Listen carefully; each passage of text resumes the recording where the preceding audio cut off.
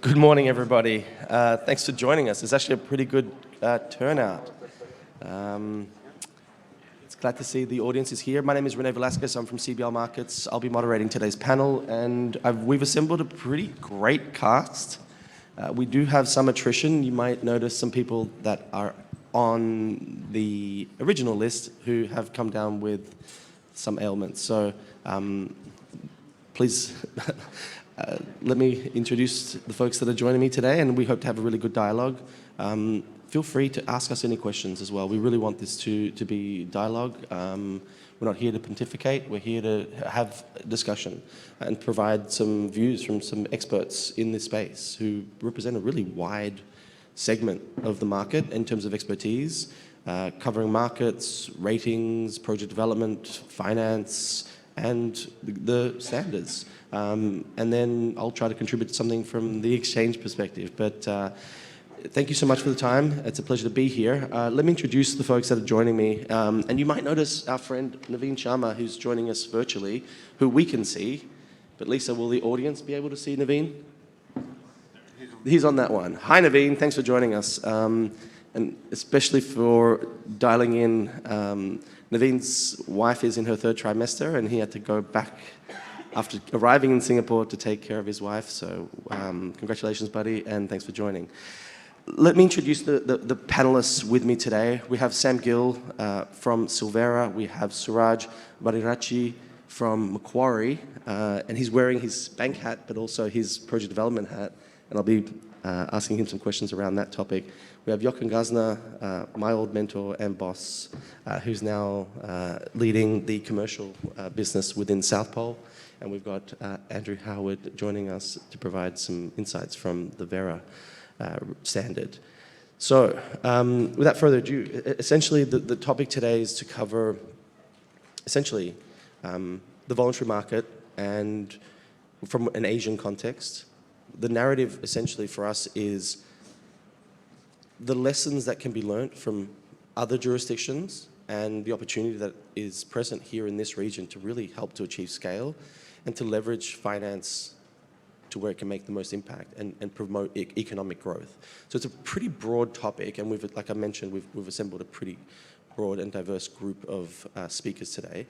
So let's just kind of begin.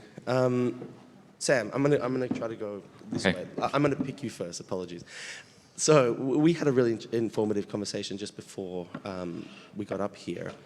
I'd love to get your perspective, and maybe you can sort of introduce in terms of the kind of the work that you're doing, but also specifically the transformation that you've seen around the tools that you're developing and the insights that they're providing to the market, addressing a really key theme of quality, right?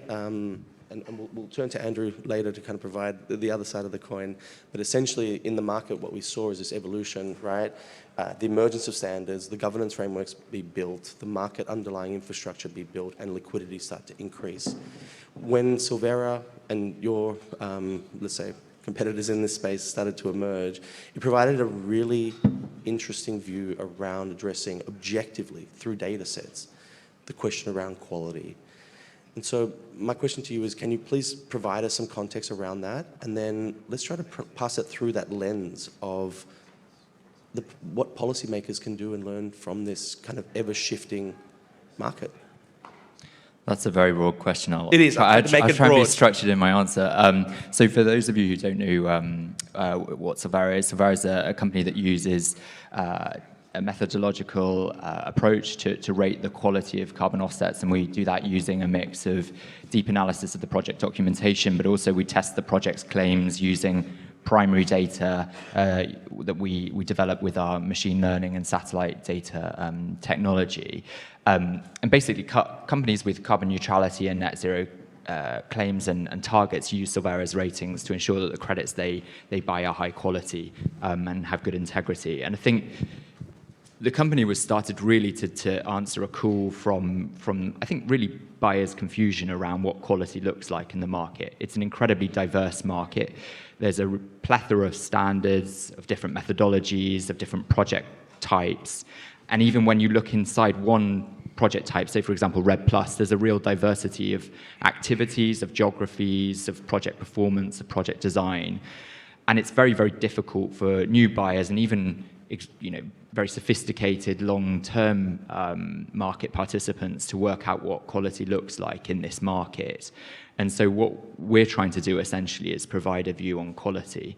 And I think, if you look at the development of the voluntary markets over the last 15 plus years, there's been a huge amount of learning that's taken place. And so that learning curve has created this plethora and this distribution of quality. And I think the question then is, for a buyer that's looking at this market, how do they access it? How do they make sense of it? And we're having this conversation through the lens of scaling the market in the ASEAN and APAC region.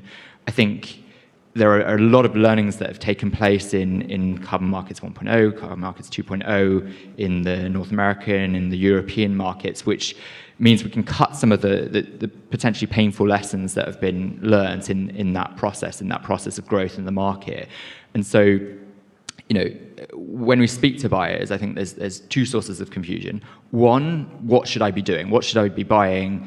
How much should I buy? And what sort of claims can I make off the back of my purchases? Can I claim to be net zero? Can I claim to be carbon neutral? Am I making a compensation or a contribution claim?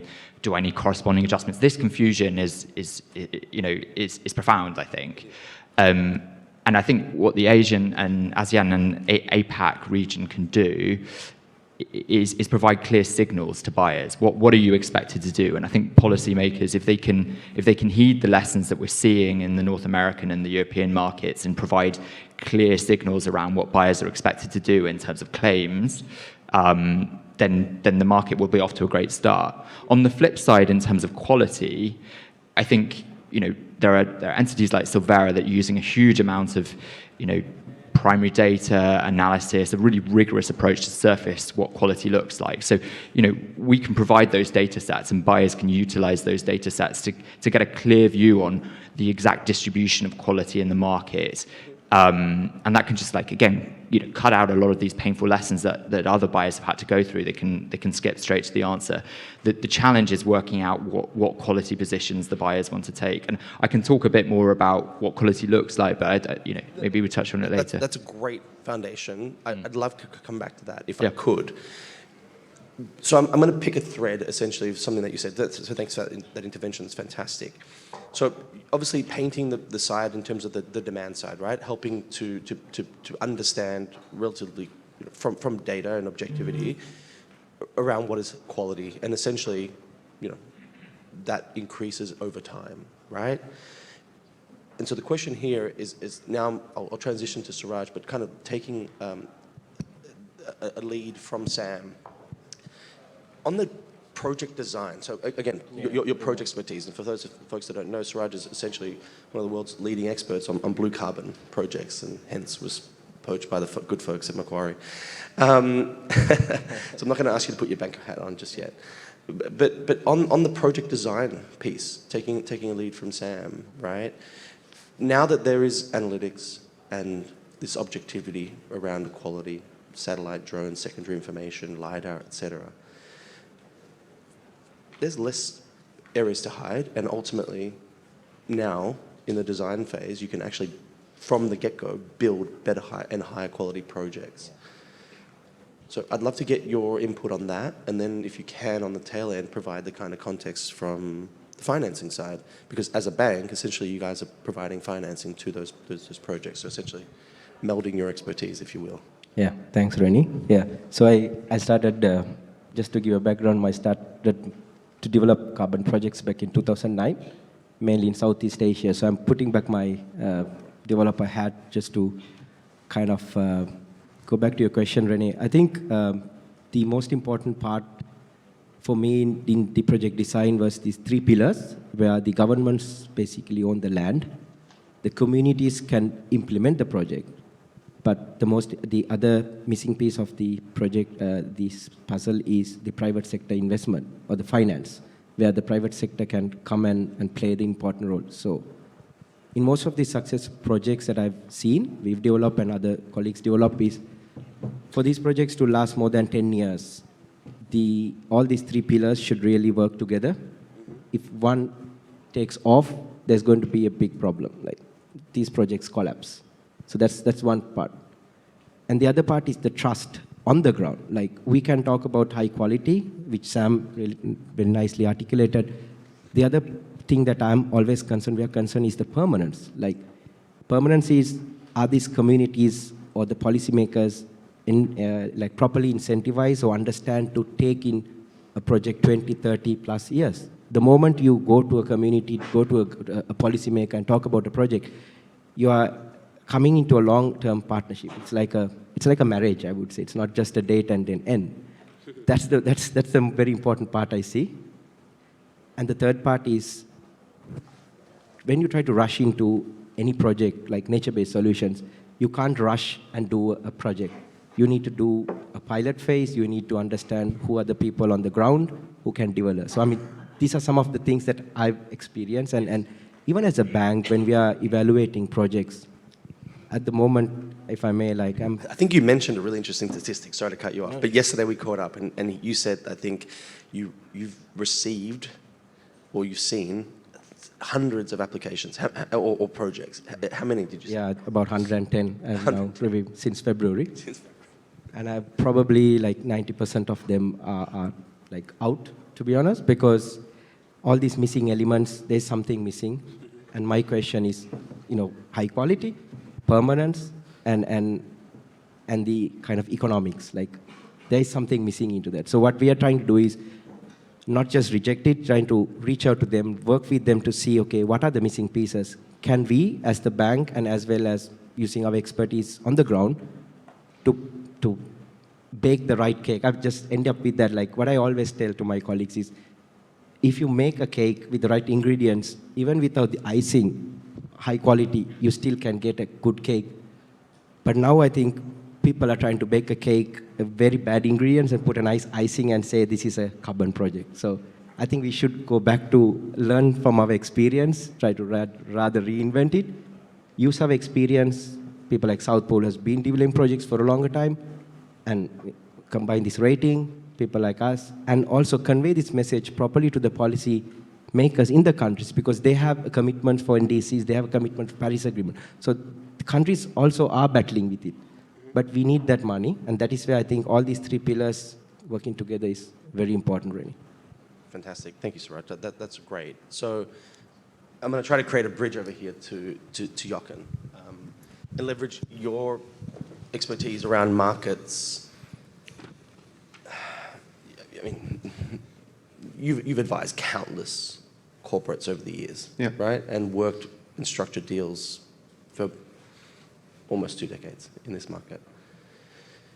This theme of quality keeps popping up, okay, over and over. In terms of, let's go down to the kind of the policy signals that you think would be very helpful to help to engage the private sector action. So my question to you is, firstly, how do you see that lack of policy direction right now? What do you think then ultimately those directions and those kind of the directions that the policymakers ought to learn from other jurisdictions and not repeat the mistakes of the past, that will then effectively help to unlock the thousands of corporates that are sitting essentially on the sidelines right now because they're worried to be effectively green shamed? Okay. Thanks for the question. So generally, I would say when we look at the market today, we find ourselves in a, let's put it, a very interesting, challenging position. On the one hand, if you look back at the last 24 months, we've seen, more growth in demand for carbon credits than we've seen ever before. But that growth in demand also came at a point in time where we were transitioning from the Kyoto Protocol to the Paris Agreement, and this year is kind of the first year where this transition becomes pertinent, because it's the first year where we can actually certify or verify Paris period emission reductions, right? And that poses the question of the quality of these emission reductions. That's point one. At the same time, the question of quality is being posed by entities, and that comes with the growth of the market, by entities that have not been present in the market before, right? In the 10 to 15 years before, kind of the arbiter of quality were the standards, right? And the standards are obviously still around and play an essential role, but we see, governance bodies like the ICVCM or COSIA, for example, evolve, that establish themselves as kind of, governing bodies plus meta standards.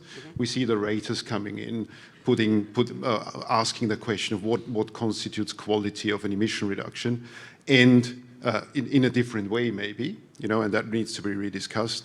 And the quality of the claim is obviously, pertinent these days as well. So we find ourselves in a situation where we've got a lot of demand.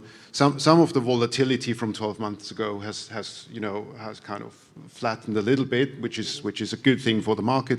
Demand is still strong, but the buyers are confronted with a lot of, I would say, stakeholder requests, with regards to the claims that they make, with regards to the quality of the emission reductions. And stakeholders would be civil society, stakeholders would be governments. If we look at Europe, we see a patchwork of regulation or non-regulation of voluntary action. If you take France, has a regulation on claims. Germany does not have a regulation on claims. It's a whole patchwork. And that creates a situation of, I would say, light confusion for the buyers, and they're really, challenged and, have difficulty to understand what to do. At the same time, they see themselves challenged to build carbon portfolios for the long run, right? With SBT and net zero, we're not looking at yearly purchases of carbon credits. We're looking at 5 to 10 year streams that match our emission reduction trajectory. So the corporate buyers are asked to build portfolios, to define the specifications for portfolios for the next 5 to 10 years. At the same time, we're in this state of transition where, what constitutes quality today, and even more so what constitutes quality 5 or 10 years down the line, is really, really hard to see. On top of that comes the question of supply and demand, where kind of the window for supply in the voluntary market is kind of narrowing due to the Paris Agreement, obviously. So there's a lot of elements playing into this. I think what would be definitely needed, and not only from government and lawmakers, but from the market generally, is to try and rally around a certain set of standards or quality criteria that we can all agree on. Keeping in mind, I think that sometimes we're now in the process of reinventing the wheel. We're kind of forgetting what we've done the last 15 years. If you look at the process of, I would guess, the ICVCM, reinventing the governance, reinventing what is good quality in the market, we've gone through that process with the CDM 15 years ago, but we're forgetting that history that the market has. So let's not forget we have that history and we can build on it. And at the same time, also let's not forget that we're gradually improving in quality with the market. I would say, it is still hard to say, it's still hard to say, quality is black or white. So it's high quality or low quality. It's still a lot of gray in this spectrum. But I would say we're progressing towards higher quality. That's fantastic. So I'm going to draw on a theme that from Joachim's intervention, essentially, Andrew, and I'd like to include you in on this. And I completely agree in terms of what you outline. Essentially, if I can summarize, building a consensus view is critical because there's so many competing and conflicting messages that are being pushed out, and you're absolutely correct. We're not beginning from scratch here, and essentially this is where I'd like to lead to you, Andrew. To take an analogy from Sam, in VCM 1.0, essentially, that was the emergence of the standards, right? I see it as the standards are the front line and the arbiters of like the entry gateway, essentially, into the market. You provide the foundational layer for governance, right? With this kind of competition around other standards and this kind of, like Joachim was saying, this kind of revisiting, let's say the ICVCM's core carbon principles. Can you provide us your view on that, if it's not too contentious? I know you said you guys have made some public comments around this, but so questions in two parts, essentially. Can you give us sort of the perspective of the importance and the role of standards here and into the future to ensure this, transition, let's say, to higher and higher quality? And then around what, how we build that consensus view, essentially, through that lens of the ICVCM, if you'll indulge. Sure. Thanks a lot. I mean, I think, and there's quite an interesting theme developing already here. Yeah, I think standards are really very much the center point of project quality as we know it today, and certainly there is a very healthy debate around that as to whether the standards are doing the right thing at a point in time. But I think we have to recognize that the particular definition of quality that we're dealing with is constantly evolving. And that's based on science as it develops, it's based on new technologies as they come through, there's new practices that are developed all the time. And that's something which is ever changing. And we know that from having teams, we have at Vera, we have teams which are dedicated to the change and the further development of the standard. And then we have other players coming in. I mean, and what we've been hearing from Sam as well. It is a healthy debate because there's lots of new ideas and there's new techniques and technologies which come through. And standards need to continuously work, but at the end of the day, we certify projects, and at that particular point of time, the standard that we have in that moment is what defines, for all intent and purposes, the quality which is relevant and accepted for that particular project in that moment. And that's needed because it's needed to underpin the investment which is made. And and it's not only an issue of what buyers are looking for, it's also an issue of the standard that the project developers, project participants need to work to. So this constant evolution that we have as we go forward is marked by particular points in time when a project is certified against a particular standard in that moment of its evolution. Yeah. Do you mind if I provide a little bit of color in terms of kind of my experience in that? Because I think it's a really prescient point that you make, and I'd like to I see a lot of new faces in this room, so maybe provide a little bit of a kind of color and a bit of historical kind of perspective. When I first started in this space, working for Jochen, let's take renewables. Incredibly important in terms of helping to usher in this energy transition, right? Objectively, highly additional projects, right? And very necessary to help to displace fossil fuel expansion in developing economies, think India, China in particular, that then ultimately dominated the market.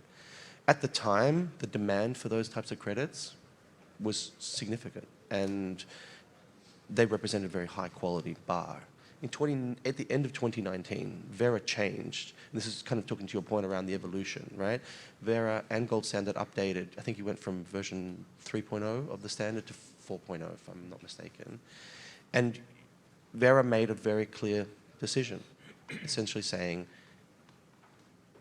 questions around additionality for renewables as the cost of these technologies has come down.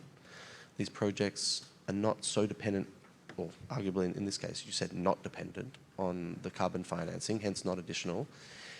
But you carved out least developed countries in that kind of transition. But essentially, anything that's not in a least developed country will not be issued into Vera. So that was a clear delineation in the market and ushered the kind of transition towards more and more nature-based. We've seen that now as a theme emerge. So just wanted to provide the audience some context around that transition around what is quality to kind of reinforce the point that you're making. So now coming back to you, Andrew, around now what is the more dominant in terms of liquidity profile, and I think bringing it back to the audience in terms of, and where we're sitting in the ASEAN region, the importance of nature-based solutions moving forward. And so love to hear that sort of intervention from you if you can. Sure, and I mean, Vera, I think, stands out amongst the standards being very early mover on the area of nature-based solutions. And we in very early days came out with methodologies and incorporated them into the standard. And clearly we think that that's a really key area to move forward with. It's going to be really essential in Asia as well. There's a lot of opportunity here.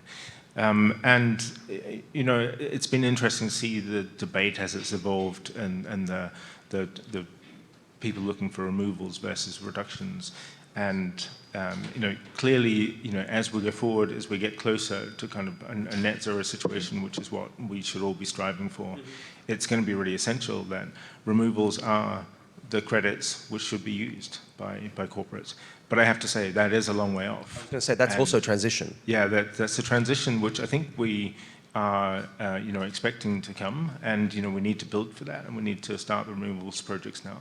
But we also see the market is really vibrant in reduction opportunities still, and you know, we are many years away from being able to stop doing reduction projects. So it's really crucial that we have the balance as we go forward. So you know, we're really interested to see how the space develops. You know, we've got a lot of new MBS solutions coming through as well. There's been some really successful stuff around blue carbon of late. Yeah, it's a really exciting field. Great. Thank you for that. So I'd like to include Naveen. Naveen, can you hear us? I can hear you. Okay, thank you. So Naveen, thanks for being so patient whilst I come and now turn to you. I'd love to get your opinion as arguably one of the larger project developers in the world, right? I think in the projects that you all have been involved in, this transition from renewables to other project types, albeit whether it's cook stoves or nature-based solutions, is something that you're working on every day and realizing. If you can, I'd love to get your opinion around this kind of transition and how that is implemented within the broader Asian region, right? That you guys have such a strong position in. In particular, if you can speak to the partnership that you guys have with Shell as well, focusing on NBS solutions, that would be, I think, really helpful. Over to you, sir. Thanks, Rene, and thanks everyone. I'm unfortunate that I'm not able to join I came to Singapore. Unfortunately, I came back. But this transition that we are talking about, that even Jochen mentioned that what you consider to be as quality in past years. Like if I take an example right from my beginning of my career in 2010 and 12. At that point of time, renewable energy was considered as one of the prominent thing, and everybody was talking about the different technology, especially the renewable side. In 2014 and 15, when we were seeing the transition from the wind energy towards the solar energy, that was a point of transition again, because at that point of time, world was moving more towards the solar energy. At that point of time, we saw the transition because at that point of time, buyers were tend towards the wind credits. Everybody used to ask for the wind credits. I think the people available in this area and everybody over here can notice that it took years from them to understand that solar credits are equally good as well. And nowadays, sometimes I saw that transition that from the wind towards solar, and then demands for the solar credits kept on increasing.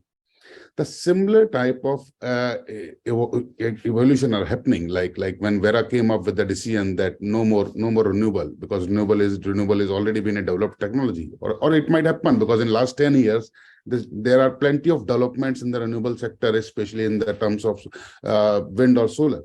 So now the transition came. We ourselves aligned like IKEA on IKEA side. What we did that we just kept a watch about the market, and we did a partnership with Shell to develop nature-based solution, especially in India and Asian part, and we are developing projects on ground with them. And then it came to another point of transition. What we felt that as renewables are not coming, and market still have a huge demand, and demand was increasing. On the other side, the supply got cut. When it comes to that renewable side, that supply might got hampered, and we just identified a gap between that everybody was talking about community-based project, especially in Africa. Then we came up with a solution that we found it out. We did a survey. We did a groundwork on to find it out that in India, 70% of the population still lives in the rural area. And everyone, even I can take an example right from my own house. When I come to my native place, we used to have 2 or 3 chulas, that conventional chula at our home, where we used to cook the food. This is still the practice in India in the rural villages. If you will visit to the rural places in India, everybody used to have the conventional chulas. So what we have identified, the amount of wood that is being, or amount of charcoal that is being used in the African region, in India itself, it's much larger, because on the context of the population, we do have the world's largest population, one of the world's largest after China. So even the 70%, if we are able to do the replacement of the conventional cook stove, conventional chulas with some of the efficient cook stove, that will affect and that will make a huge changes. Because even with the small amount of number of households, we are able to replace it. We will be able to achieve the goal. And as far as the transition is concerned, as everybody as we were talking about that how the things got changed, like nobody was talking about UN SDG goals in year 2012 or 13, but later on, when it came in 2015, when 17 SDG goals were adopted, everybody started talking about. And we have seen this development that earlier last year, when the geo contracts were introduced, that it was compulsory to have the 3 UN SDGs to have this report, and it has to be approved by Vera. And now when the new contracts been introduced by, I think Rene can put more light on that. But now we have 5 SDGs to be there in the new contract for the cook stove. And now Vera has developed their side as well, where they have put their report got upgraded, and everything get evolved. That report got updated. Now we have the ideas where we can include the SDGs parameters during the monitoring as well. So these are the developments which are taking place based on the quality, or based on the learnings what we get, because every time we get a learning from the market, and based on the private or the public partnership, or based on the government intervention, we get different inputs from the market, and accordingly market evolve themselves, and accordingly things get developed. So that's my idea, and that's how we saw this transition in EK as well. Thanks. Great intervention. Just and to contextualize and kind of put a bow on what you're saying, it's really interesting. This theme around transition, right? There's a lot of inside baseball talk on that one as well, around the expertise that project developers have and the relationship that they have with the standards around the documentation, monitoring reports, etc. I'll provide some additional context in terms of the contract that Naveen alluded to. On Monday, CBL launched a new contract called the SDGO. As the name suggests, the focus is on sustainable development goals. And we after a very extensive consultative period with the market, one, we listened to what the market wanted. They wanted a contract that not only reflected nature-based, which is the NGO, or CORSIA, which is the GO, or CGO, which is essentially a renewables basket. I'm being very reductive here. But on the SDGO front, we kept hearing over and over again, these contracts do not represent the right price signal for an important asset class, which is cook stove projects that are being implemented at scale. But the question was around this quality issue. And so Naveen makes a very salient point. In that consultation, what we received over and over and over was to include a high bar for project developers to jump over in order to have them eligible for our contract. And Andrew, maybe I get some input from you, but not only the operational kind of efficiencies that Vera has had in terms of the SDG contributions report, and now it's part of the monitoring report, et cetera, but there's a minimum quotient in terms of SDG impacts that is now being required by Vera, or about to be implemented, I should say. Same thing with your peers at the gold standard, having a minimum threshold of 3 SDGs in terms of documented and certified outcomes at the standard. That's another qualitative lever, essentially, that you've pulled. Albeit on the SDGO, we've tried to future-proof it by going higher, because that's what the market participants wanted from us. Can you provide just some context there around the importance of not only this transition, but making it focused on delivering sustainable development goal contributions and impacts? So I think that that's an applicable theme here for today as well.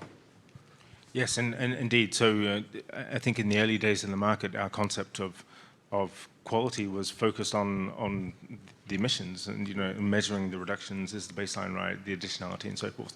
And our concept has broadened out so much more than that. So now it's important that emission reductions are made and removals are made, but the conditions of the project really need to be catered for as well. And there's always been the idea of co-benefits within projects, but increasingly we move away from the idea of a co-benefit, and these really need to be core benefits of the projects. Yeah, and so the current requirement for Verra is that there needs to be 3 SDGs, which are named and monitored by the projects. For projects that wish to go beyond that, we have other standards as well, which you can layer over it. So the SD Vista is one, and CCB is another, which is really important in the market. And they play a really strong function by enabling and encouraging project developers to go beyond the core requirement, which is required for the VCS itself. I would expect that all of this will have to grow even further in the future. And I think when we look at a lot of the things that the ICBCM has been saying, they've also been reflecting a need across the market that stakeholders feel that there needs to be much stronger, even stronger prominence given to SD impacts than we've seen so far.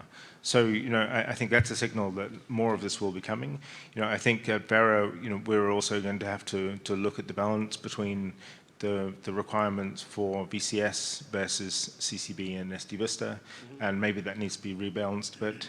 Maybe we need to see in future versions of the standard more attention given to SD, as even for those who are not using the other standards, the CCB and SD Vista. So maybe you do that now with this minimum requirement, right? It's there, yes. That's the first phase, let's say.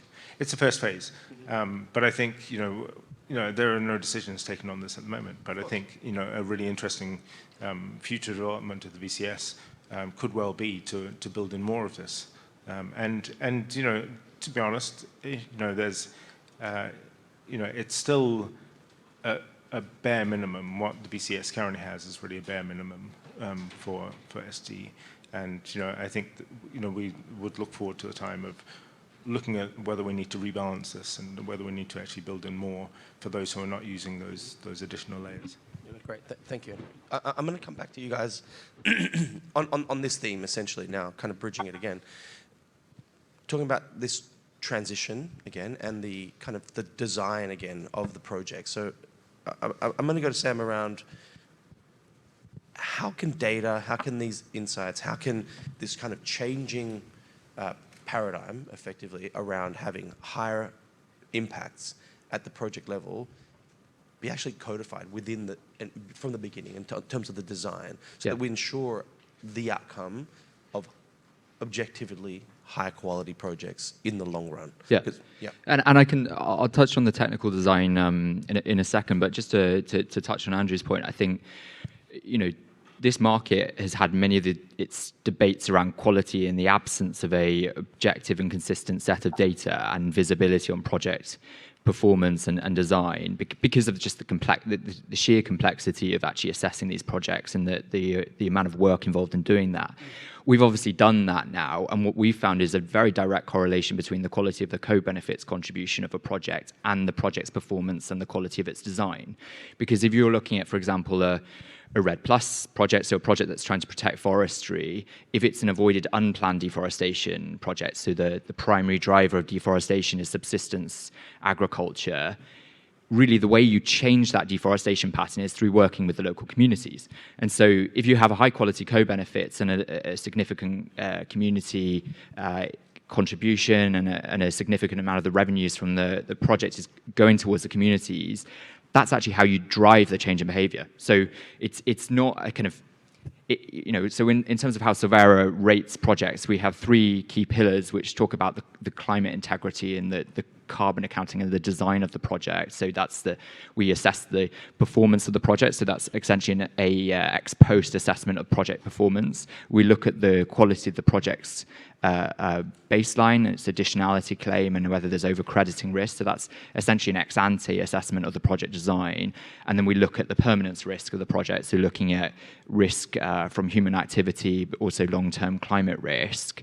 We also assess the co-benefit contribution of the project, but actually the co-benefit contribution of the project also sits in the additionality assessment, because if there's no additionality, if there's no co-benefits, there's no community engagement, then almost definitionally the project is not additional if you're looking at typically a nature-based project. So, and also, for example, if you're looking at agroforestry or a reforestation project, community engagement is a very vital part of the permanence of the project. So in some ways, I think of co-benefits as separate to the climate integrity of these projects, but in many ways, it's actually integral to assessing the inherent quality and the design of the project. But just quickly about future-proofing, sure. I think...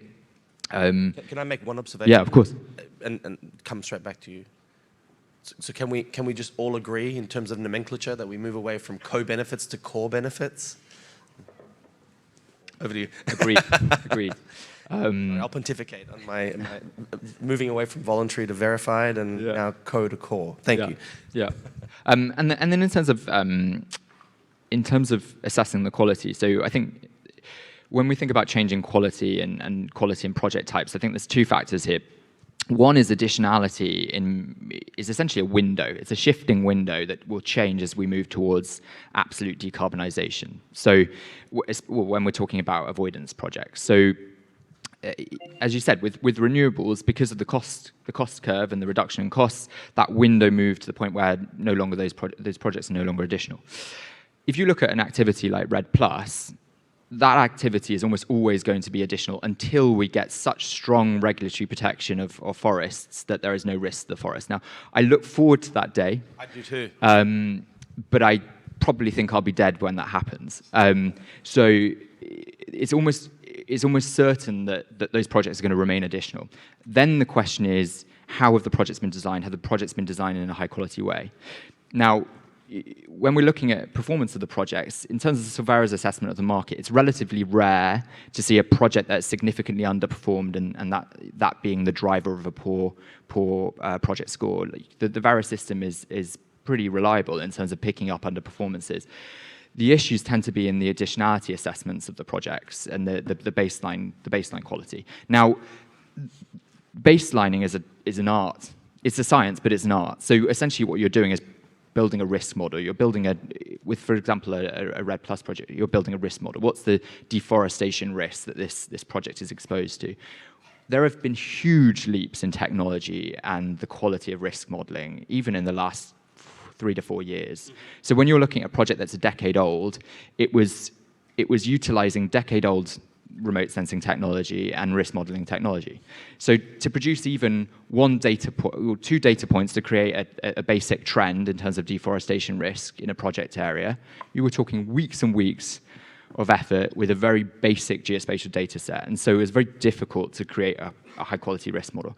These days, our team can produce a risk model with 20, 30 plus data points in terms of historical data points over an entire region or even a whole jurisdiction and get a very, very high quality view of the historic deforestation patterns in an area. We can use multi-factor risk models to assess the risk that a project's exposed to. Now, Vera has to go through a very extensive process to update its methodologies. That's going to take probably years. But right now, we can use those models to actually assess project quality. And we can also use those models to assess projects in the design phase so that you can future-proof.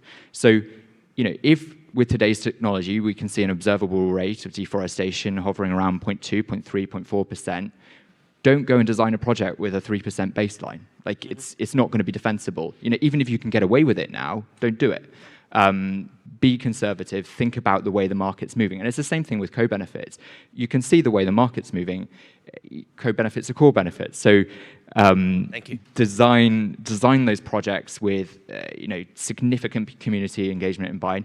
Design those projects with transparency in mind. It's very likely that, if we were having this conversation in 5-10 years' time, very clear transparency guidelines around how much of the revenue is going to the community will be required.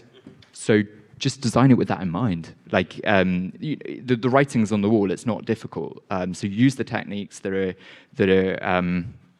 are available. Let's take a high integrity approach now, and the standards, I'm sure, will be constantly upping. But think about the trend and shoot towards it, and then you shouldn't go too far wrong. That's a great intervention. Thanks, Sam. That's fantastic. So actually, Suraj, coming back to you on this very topic, and I liked your analogy before around it being a marriage, right? Taking the thread that Sam just kind of elucidated on, around not only the design piece, I think we've covered that, and I think the audience gets this, and we have to have this North Star around shooting for higher and higher ambition in terms of higher quality, and the market is demanding that, and I think that's clearly represented in the market and in value in terms of pricing in the market. Just for reference, the SDGO contract was our best launch of any of our contracts, including the NGO, and it had 210,000 tonnes traded on the first day in this price range of 10.50 to 11. Even in this current kind of depressed market, given the broader macroeconomic environment, it's pretty incredible, right? And it's to do with this higher bar in terms of quality. So I think that's objectivity, and the data speaks for itself. But now coming back to this marriage kind of question, right? And about integrity and ensuring the long-term viability and success for projects, let's look at it from the lens of the ASEAN region. Yeah. And let's look at it from the lens of the new technologies that are emerging, blue carbon, regenerative agriculture, a number of new exciting technologies on the nature base, but this transition moving away from, let's say, avoidance or reduction towards removals. Describe for me the splits around how much community, project developer, and government split in terms of the proceeds of the project, and why that's important to ensure long-term viability of that project.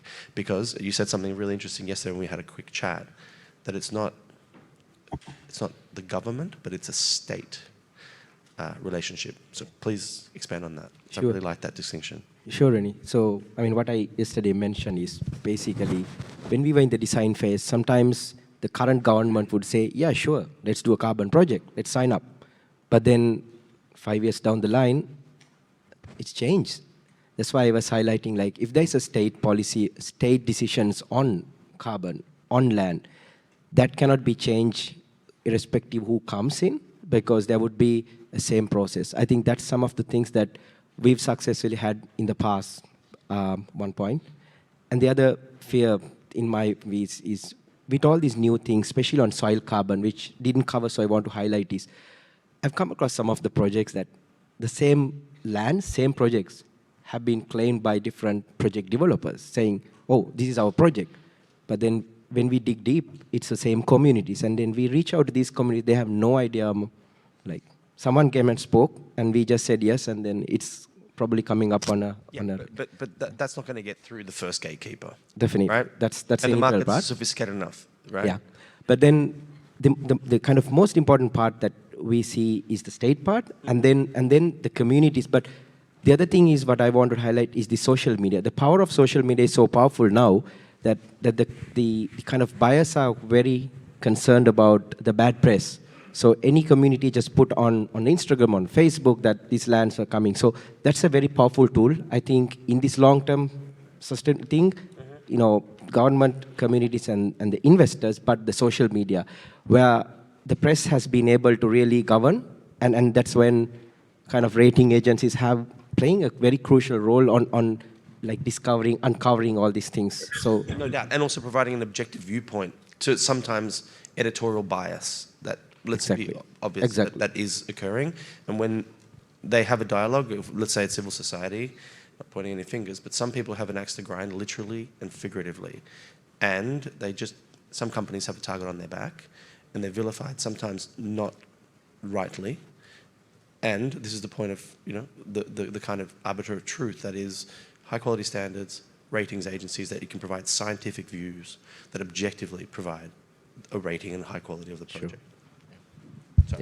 No, I mean, just kind of ending up is like, I mean, as we speak, like, we all know that we are kind of losing 25, 27 kind of soccer fields, you know, per minute of land, and then 130 plus species are lost. So that part is we all know, but then the kind of, the link missing is this fear of FOMO also, like fear of missing out, because everyone thinks that we could go on a carbon project, but then learning from the past, like there's been a lot of commitments, that's kind of like what we did in the CDM era, how can we make those, what made those projects success, and how can we learn from the past is some of the things that we are doing as an individual, as a bank as well. I'll stop from there. But the stakeholder engagement piece as well, right? Like making sure that you're working closely with the communities, that they're benefiting from the outcome, that it's with the state, right? So that there's benefit to essentially the host country, and then the risk-taking entity, which is the financier in this case, or project developer. I think that that's an equitable model. 100%. And those splits ultimately ensure the long-term viability of a project, because there's no, anytime there's an asymmetric gap, whether it's knowledge or otherwise financial, it's short-term driven. It's not looking at the long term. And that's what we should focus on eradicating. And I think that we have checks and balances in place now to do that adequately.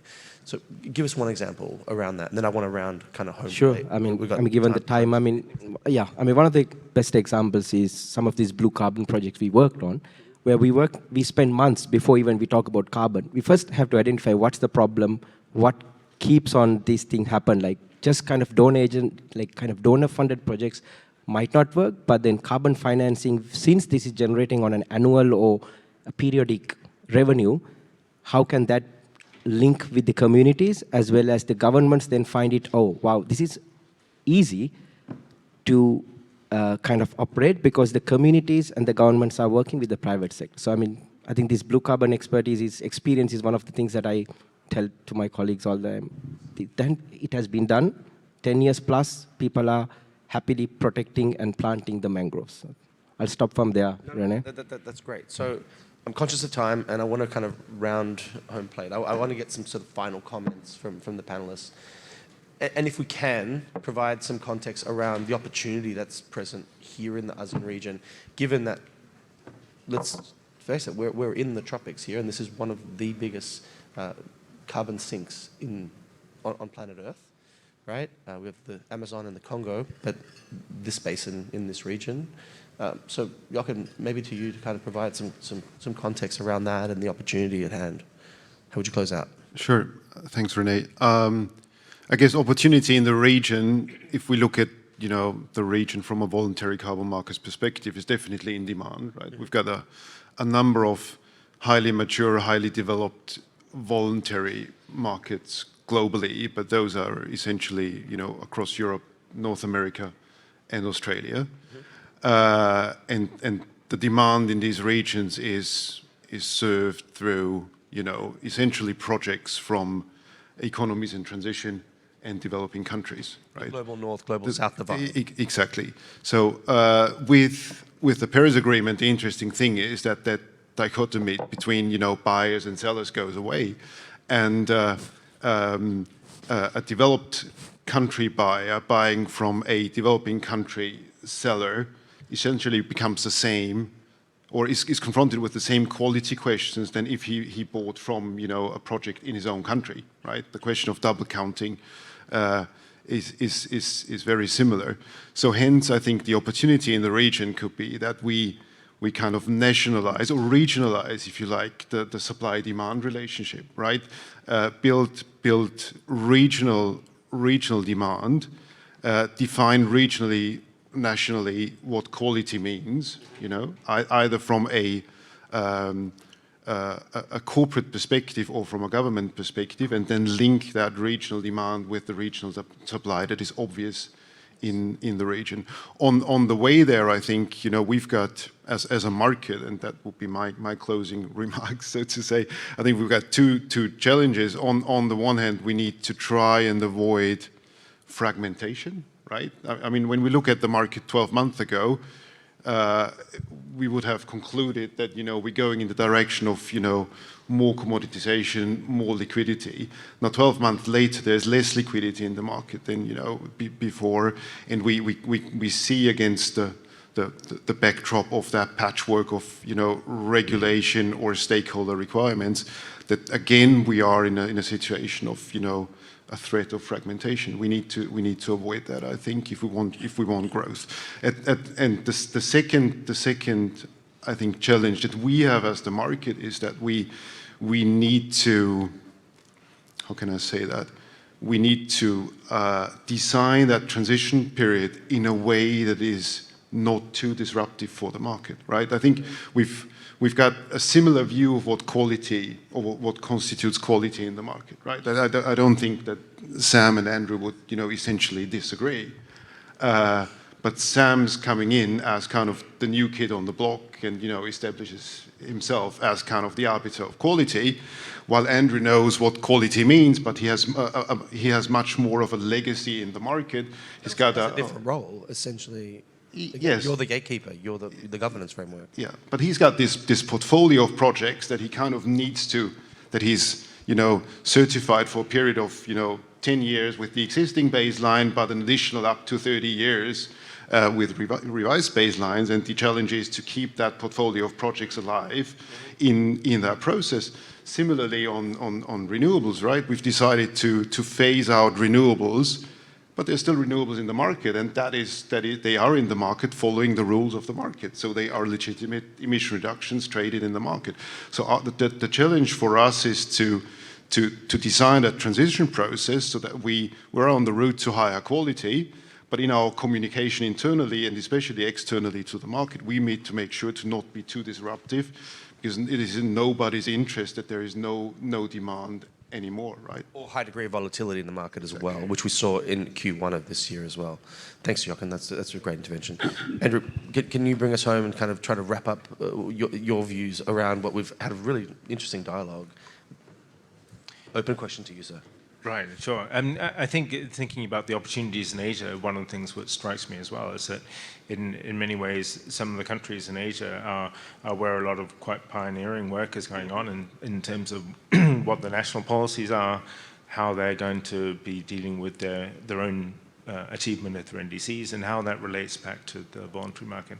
And I know that this is something which is of concern for many people as countries start to grapple with their own NDC achievement and their own national frameworks for this. But I do actually think that this is something which countries have to go through. And they need to be able to work out what the relationship is between the voluntary market and the sort of Paris commitments that they have. And I think that's just a hurdle that we need to jump. That's something that they need to go through. And I think that there's going to be a lot of experience which is gained here in this region with that. And you know, I think that is ultimately going to benefit the market. It's a long-term game, right? So despite all the concerns that people might have right now, it's a long-term game, because the voluntary market going forward is one in which governments are engaged, because they have the responsibility ultimately for their emissions in their countries. So it's a tough one, but you know, we've got to take that challenge, and you know, we also need, we as a standard private sector, we need to be able to work with these governments in trying to work out how they can put in place good, effective frameworks which are going to protect the market. And I must say, for all the countries that are struggling with that, there are many countries which are really positively seeing the voluntary market, and they're still really willing to move forward and find ways to do it. That's a great point, actually. Thank you. And I'd probably like to end on this, if it's okay with you guys, and not give you the last intervention, because I'm also conscious of time. But fostering that sense of dialogue, inclusiveness, and collaboration. Because essentially, we're building the road to the future. Effectively, the analogy I tend to use, which is a rather crude one, is we've got 2 decades plus of the voluntary, which I'm lobbying to be renamed the verified carbon market, taking a leaf out of Vera's name change many years ago. And it's continuously improving, right? And now we have a new road around, let's say, the Paris era, like you said. We're beyond the Kyoto era, and now we're in the Paris era. Those two roads are effectively intersecting right now. And so we're building that road forward. So I think ultimately there's no right or wrong answers right now. We're building that. And so there's going to be collaboration. And ultimately, if I could summarize it, see if I can see you guys nodding maybe, that the public sector cannot do it all alone. There needs to be private engagement and public-private partnership to get us forward. Do you guys agree on that? One word response? Yep. Cool. Awesome. Naveen, I left you out, but maybe I'll give you the last word, sir. Yeah. Yes? Okay. All right. When's the baby due, Naveen? Don't put on speaker. Look forward to seeing you at the next one, my friend. Thanks everybody for listening. Just see if Lisa, do we have time for question or just wrap it up? I suspect the clock is ticking down. So if you guys have any questions potentially, please speak to the panelists, speak to us all. We're happy to engage. And thanks very much for your time. Thanks for getting up so early after probably a big night for many of you. Thanks again. Cheers.